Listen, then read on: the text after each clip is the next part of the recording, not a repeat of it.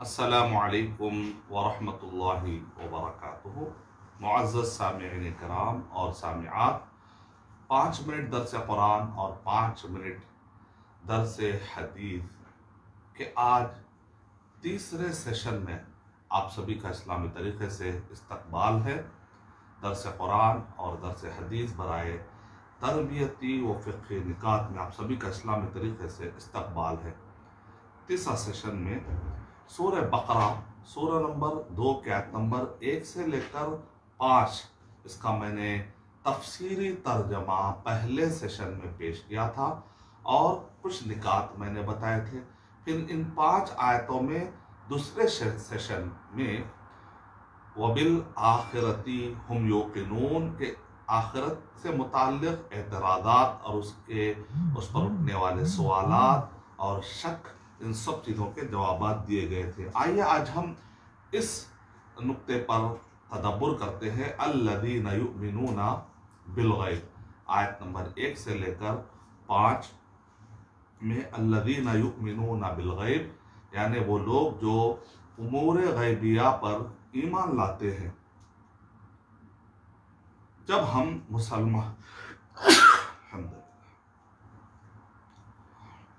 ہم مسلمان یہ کہتے ہیں کہ ہم غیب پر ایمان لاتے ہیں تو کچھ لوگ اعتراض کرتے ہیں کہ جو چیز ہمیں نظر نہیں آتی اس کو ہم کیسے مانیں، اللہ سبحانہ و تعالیٰ کو بن دیکھے کیسے مانیں۔ جو وحی کا سلسلہ اللہ سبحانہ و تعالیٰ کی طرف سے آتا ہے، قرآن مجید وحی کی بنیاد پر اللہ کا کلام ہے، اور اس کلام کے اترنے کے بعد اللہ کے نبی صلی اللہ علیہ وسلم کو آخری نبی اور آخری رسول بنا کر بھیجا گیا، تو یہ ساری چیزیں امور غیبیہ میں سے فرشتوں کا ماننا، آخرت کے دن پر ایمان لانا۔ تو لوگ کہتے ہیں کہ جو چیزیں نظر نہیں آتی اس کو ہم کیسے مانیں؟ تو اس کا جواب نمبر 1 یہ ہے کہ یہ سوال یہ لوگ اس لیے کہتے ہیں بھئی یہ ایج آف ریزننگ ہے، یہ ایج آف سائنس ہے، سائنٹیفک دور میں آپ ایسے عقیدے کیوں رکھتے ہیں؟ تو ہم ان کو جواب میں کہیں گے، جواب نمبر 1 کہ پتہ نہیں آپ نے کون سی سائنس پڑھی ہے۔ آج کی سائنس میں تو ڈسکوریز کی بھرمار ہے، اور سائنس کے کئی ڈسکوریز اس کانسیپٹ پر چلتے ہیں، کانسیپٹ آف انفرنس، یعنی to know the in known thing through the known thing, یعنی نون چیزوں کے ذریعے سے ان نون چیزوں کی دریافت، نون چیزوں کے ذریعے سے ان نون تک پہنچنا، نون چیزوں کے ذریعے سے ان نون چیزوں کی ڈسکوری کرنا، یہی تو سائنس ہے۔ مثال کے طور پہ اگر آپ نیوٹن کے بارے میں پڑھتے ہیں اور گریویٹیشنل فورس کے بارے میں اگر آپ پڑھتے ہیں تو آپ جانتے ہیں کہ گرتے ہوئے سیب کے ذریعے سے یہ معلوم کیا گیا اور اس کو دنیا نے تسلیم کر لیا کہ دیر از اے گریویٹیشنل فورس، کہ زمین میں ایک قوت کشش ہے، گریویٹیشنل فورس پائی جاتی ہے۔ تو وہ چیز نظر نہیں آنے والی گریویٹیشنل فورس کو کیسے مانا؟ ایک گرتے ہوئے سیب کو دیکھ کر، یعنی to know the in known thing through the known thing. تو اب یہ سیب کی جگہ پر یہ پوری کائنات رکھ کر آپ سوچئے کیا اس کا پیدا کرنے والا کوئی نہیں ہوگا؟ جواب نمبر 2، اگر آپ کوئی سسٹمیٹک کمپیوٹر دیکھتے ہیں یا واچ کو دیکھتے ہیں تو آپ نہ صرف یہ کہتے ہیں کہ کوئی بنانے والا، بلکہ یہ بھی آپ مانتے ہیں کہ بنانے والا بڑی عقل رکھنے والا ہے، کہ کیسی کیسی محیر العقول چیزیں اس نے بنائی ہے، کیسی بہترین چیزیں بنائی ہے۔ تو یہ پوری کائنات، یہ 100 ملین گیلیکسیز، ایک گیلیکسی ملکی وے کے اندر 200 بلین تارے، یہ سارے چیزیں سسٹمیٹک انداز میں چل رہی ہیں، کیا اس کا بنانے والا کوئی نہیں ہوگا کیا؟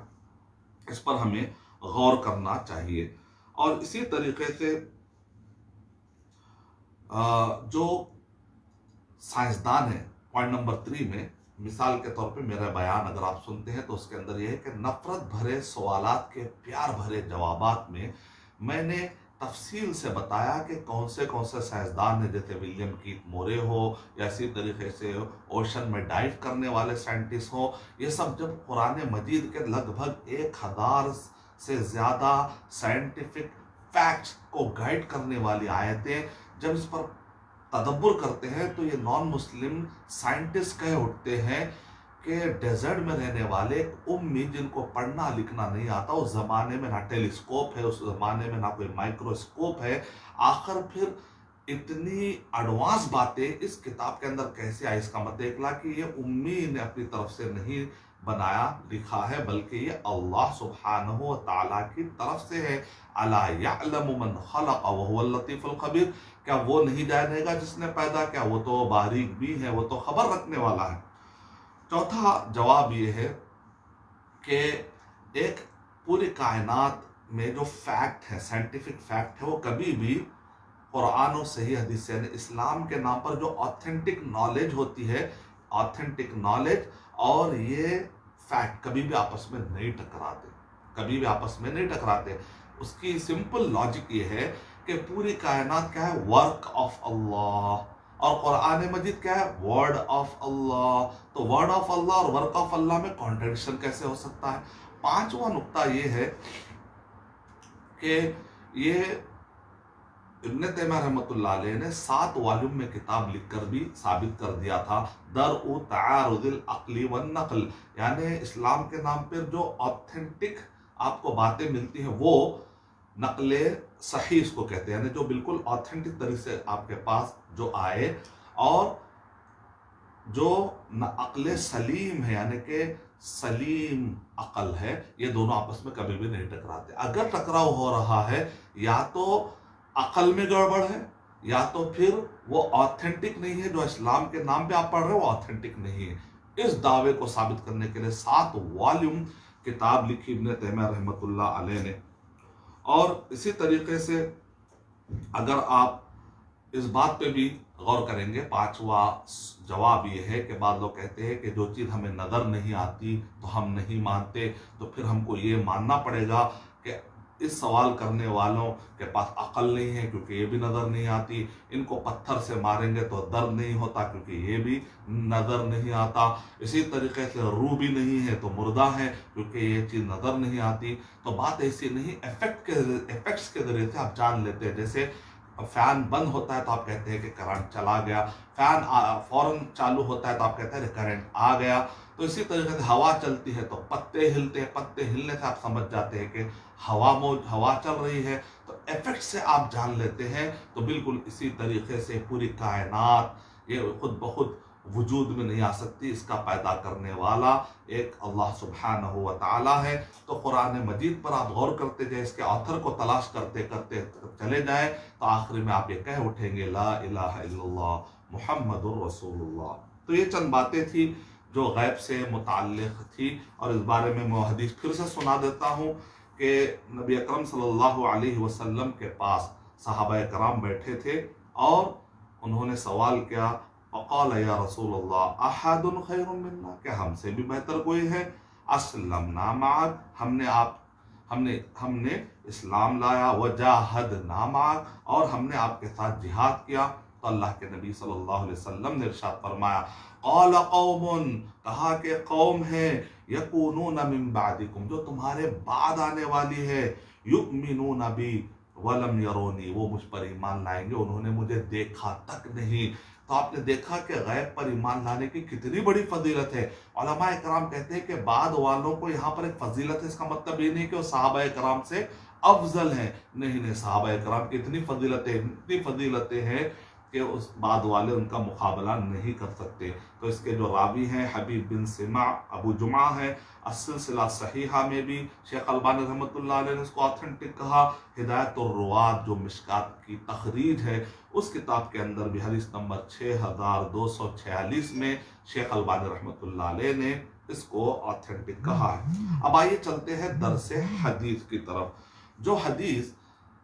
پہلی حدیث، انما الاعمال بالنیات، کے اعمال معتبر ہوں گے، قبول ہوں گے جبکہ نیتیں ٹھیک ٹھاک ہوں گی۔ تو یہ جو حدیث ہے، جو طویل حدیث، میں نے پورا ترجمہ، اس کا تفصیلی ترجمہ میں نے آپ کے سامنے پیش کیا تھا پہلے سیشن میں، تو ابھی تک ہمارے نقطے جاری ہیں۔ تو آئیے آج ہم اور بھی نقطے حاصل کرتے اس حدیث کے ضمن میں۔ پہلا نقطہ یہ ہے کہ بعض کتابوں میں یہ آپ دیکھیں گے کہ مہاجر ام قیس یعنی ایک شخص تھا، اس نے ام قیس سے نکاح کرنے کے لیے اس نے ہجرت کی تھی، ایک شہر سے دوسرے شہر کی طرف جب وہ آیا تو کہا کہ یہ ہجرت دینی ہجرت نہیں ہے بلکہ دنیاوی غرض کے لیے، تجارت کے لیے یا نکاح کرنے کے لیے اگر کوئی کرتا ہے تو مہاجر ام قیس کا واقعہ مشہور ہے، اور بعض کتابوں میں یہ آپ سنتے ہیں کہ سبب ورود حدیث، یعنی اس حدیث کے آنے کی یا اس حدیث کے بیان کرنے کی وجہ یہ، جیسے کہ سبب نزول ہوتا ہے کہ اس آیت کے نازل ہونے کا سبب یہ ہے، تو علماء کرام نے کہا، شیخ بکر ابو زید نے، اور اسی طریقے سعودی عرب کے عالم ہیں، اسی طریقے سے ابن رجب الحنبلی رحمۃ اللہ علیہ نے، جو ابن تیر رحمۃ اللہ علیہ کے شاگرد ہیں، اور ابن حجر رحمۃ اللہ علیہ نے، تین بڑے محققین نے یہ کہا کہ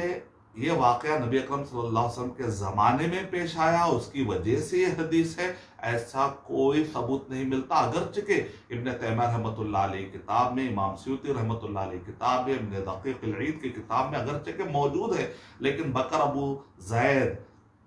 رحمۃ اللہ علیہ کہتے ہیں جب ہم نے تحقیق کی تو اس کا کوئی اصل نہیں۔ ابن رجب الحنبلی رحمۃ اللہ علیہ نے کہا کہ اس کی کوئی اصل نہیں ہے۔ دراصل وجہ یہ ہے سامعین کرام کہ اس کو ہم سبب ورود حدیث تو نہیں کہہ سکتے، لیکن اس کو تطبیق حدیث یا تدبر حدیث کہہ سکتے، یعنی کہ ایک واقعہ پیش آیا تو صحابہ کرام نے اس حدیث کو فٹ کر دیا اس پر کہ بھئی دیکھیے یہاں پر جو ہجرت ہوئی ہے وہ دنیاوی ہجرت ہے، انما الاعمال بالنیات کی جو فضیلت ہے، اور اس کے اندر لکل امرئ ما نویٰ کے آدمی کے لیے وہ ہے جس کے لیے وہ ہجرت کرتا ہے، تو دنیا اللہ کے لیے جو چیز کی جاتی ہے تو وہ فضیلت اس کے اندر نہیں مل سکتی۔ تو ابن مسعود رضی اللہ تعالیٰ عنہ نے جب ذکر کیا ہے تو اس زمانے میں ایک واقعہ پیش آیا ہوگا جو عہد نبوی کے بعد یا اس حدیث کے بولے جانے کے بعد کا واقعہ ہے۔ تو یہ علماء کرام نے اس کو تطبیق دیتے ہوئے کہا کہ یہ ایک بعد کا واقعہ ممکن ہے، لیکن نبی اکرم صلی اللہ علیہ وسلم کے زمانے میں یہ واقعہ پیش آنے کی وجہ سے یہ حدیث آئی ہے، یہ حدیث بولی گئی تھی اس وقت پر، تو ایسا کوئی ثبوت نہیں ملتا۔ جیسا کہ آپ جانتے ہیں ناسخ اور منسوخ کی کتابیں اگر آپ پڑھتے ہیں تو 300 ناسخ اور منسوخ گنا کر بات کتاب بتایا گیا، تو اتنے کثرت سے ناسخ اور منسوخ ہے کیا؟ تو اس پر بھی علماء کرام نے یہ کہا کہ دراصل پرانے زمانے میں تطبیق کو بھی ناسخ منسوخ کہہ لیا جاتا تھا، یعنی اس جیسا کوئی واقعہ سملر پیش آتا ہے تو اس حدیث آیت کو فٹ کر دیتے ہیں، تو اس کو بھی ناسخ اور منسوخ یا اسی اسباب نزول کے کتابیں اگر آپ پڑھتے ہیں، خاص طور سے اسباب نزول کے کتابیں اگر آپ پڑھتے ہیں تو ناسخ اور منسوخ نہیں، اسباب نزول کی کتابیں، یعنی اسباب نزول کی کتابیں کے بارے میں آپ دیکھیں کثرت سے بتایا جاتا ہے کہ اس کا سبب نزول یہ ہے، سبب نزول یہ ہے، تو اس پر بھی علماء کرام نے تحقیق کرتے ہوئے کہا کہ یہ اسباب نزول میں سے نہیں ہوتا، بعد میں ایسا کچھ واقعہ پیش آتا ہے تو اس کو منطبق کر دیا جاتا ہے، تو بعد میں مشہور ہو جاتا ہے، شاید اس واقعے کی وجہ سے آیت نازل ہوئی ہوگی۔ تو اسباب نزول یا سبب ورود حدیث کے نام پر جب آپ کتابیں پڑھتے ہیں تو کیئرفل آپ کو رہنا چاہیے۔ پوائنٹ نمبر 2، ذبح کرتے وقت پر اگر مسلمان ہے لیکن اس نے بسم اللہ کہنا اگر وہ بھول جائے تو کیا وہ جائز ہے؟ کیا وہ بکرا کیا حلال ہو گیا؟ نہیں ہو گیا؟ تو امام بخاری رحمۃ اللہ علیہ نے بہت لطیف استدلال کرتے ہوئے کہا کہ بھول جائے تو معاف ہے، جان بوجھ کر اگر اس نے چھوڑ دیا بسم اللہ اللہ اکبر کہنا تو پھر وہ میتا کے کیٹیگری میں آ جائے گا، کیونکہ سورہ انعام سورہ نمبر 6 کے آیت نمبر 121 میں ہے وَلَا تَأْكُلُوا مِمَّا لَمْ يُذْكَرِ اسْمُ اللَّهِ عَلَيْهِ وَإِنَّهُ لَفِسْقٌ۔ تو امام بخاری رحمۃ اللہ علیہ کا لطیف استدلال دیکھیں، یہاں پر فسق کا ورڈ آیا ہے، تو فسق آدمی فاسق کب ہوتا ہے؟ جب جان بوجھ کر ہو، کیونکہ انجانے میں جو چیزیں ہوتی ہیں وہ تو سورہ بقرہ سورہ نمبر 2 کے آیت نمبر 286 کے مطابق ہے کہ ربنا لا تؤاخذنا ان نسینا او اخطانا، کہ معاف کر دی گئی ہیں جو چیزیں نسیان کے طور پر یا جو چیزیں چوک کے طور پر ہوتی ہیں۔ تو لہذا اس آیت کی روشنی میں استدلال کرتے ہوئے انہوں نے کہا کہ اگر کوئی بھول جائے بسم اللہ کہنا تو وہ مسلمان اگر ہے تو وہ جانور جو ہے حلال ہوتا ہے، اس کو میتا نہیں کہتے۔ شیخ صالح فوزان حفظہ اللہ نے کتاب الاطعمہ کے اندر جو ان کا رسالہ، اس کے اندر ڈیٹیل میں انہوں نے اس مسئلے کو ذکر کیا۔ امام بخاری رحمۃ اللہ علیہ کے استدلال کو انہوں نے خاص طور سے اہتمام کے ساتھ نقل فرمایا ہے۔ پوائنٹ نمبر 3، بیع التورق، نیت کا معاملہ دیکھیے۔ جانور ذبح کرنے کے مسئلے میں بھی آپ کو نیت اور الفاظ جو آپ ادا کرتے ہیں، کیا نیت ہوتی ہے، اس کا بڑا اثر پڑتا ہے۔ اسی طریقے سے ہجرت کرتے وقت پر کیا نیت ہوتی ہے، اس کا بھی اثر پڑتا ہے۔ تو بالکل اسی طرح سے مالی معاملات ہو، یا اسی طرح خاندانی معاملات ہو، یا اسی طریقے سے نکاح کے معاملات ہو، اس کے اندر بھی نیت سے بڑا گہرا تعلق ہوتا ہے۔ مثال کے طور پہ بیع التورق، طلب الورق، یعنی کہ ایک آدمی کو پیسے کی ضرورت ہوتی ہے تو پیسہ حاصل کرتا ہے، تو اس میں بھی ایک جائز طریقہ ہے، ناجائز طریقہ ہے۔ یہاں پر بھی دیکھیے نیت کا کتنا اثر ہوتا ہے کہ ایک شخص جاتا ہے، جا کر دکان والے سے کہتا ہے کہ بھئی مجھے پیسہ کی ضرورت ہے، تو اگر وہ دکان والا کہتا ہے بھئی میرے پاس پیسے نہیں ہے، یہ کار لے لو یا یہ سونا لے لو، آپ جا کر کہیں بھی بیچ لو، بیچ کر جو ہے پیسے ملیں گے نا، وہ استعمال کر لو، بعد میں مجھے اس کار کی جو قیمت ہوتی ہے دے دینا۔ تو یہ پہلے سے سیٹ اپ اگر نہ ہو، وہ اپنی مرضی سے لے رہا کہ اور بیچ رہا ہے، تو علماء کرام کہتے ہیں کہ جائز ہے۔ لیکن بیع التورق کی ایک اور شکل یہ ہوتی ہے کہ دکاندار اور خریدنے والا دونوں آپس میں پروڈکٹ کو صرف ایک بہانہ بناتے ہیں، اور یہ کہتا ہے کہ کار سمجھو کہ میں نے آپ کو بیچا، پھر اسی آدمی کو وہ آدمی کہتا ہے ٹھیک ہے میں نے آپ کو یہ کار اتنی قیمت میں بیچی، تو پھر اس کی قیمت بڑھاتا ہے، پھر سمجھو کہ میں نے اتنا دیا تو لہذا تم کو اب 1,00,000 کے اوپر 1,10,000 روپے دینا ہے۔ سود کھانے کا، جس کو آپ بیع العینہ کہتے ہیں، کہ آپ سیم بائع کو، سیم بیچنے والے کو پھر اس کو بیچ دیتے ہیں پری سیٹ اپ، پہلے سے ایک سیٹ اپ انداز میں، پہلے سے ڈیسائیڈڈ انداز میں، تو یہ ایک منظم، جس کو کہتے ہیں منظم تورق، جائز نہیں ہے۔ تو دیکھا آپ نے نیت کا کتنا اثر پڑتا ہے۔ اسی طریقے سے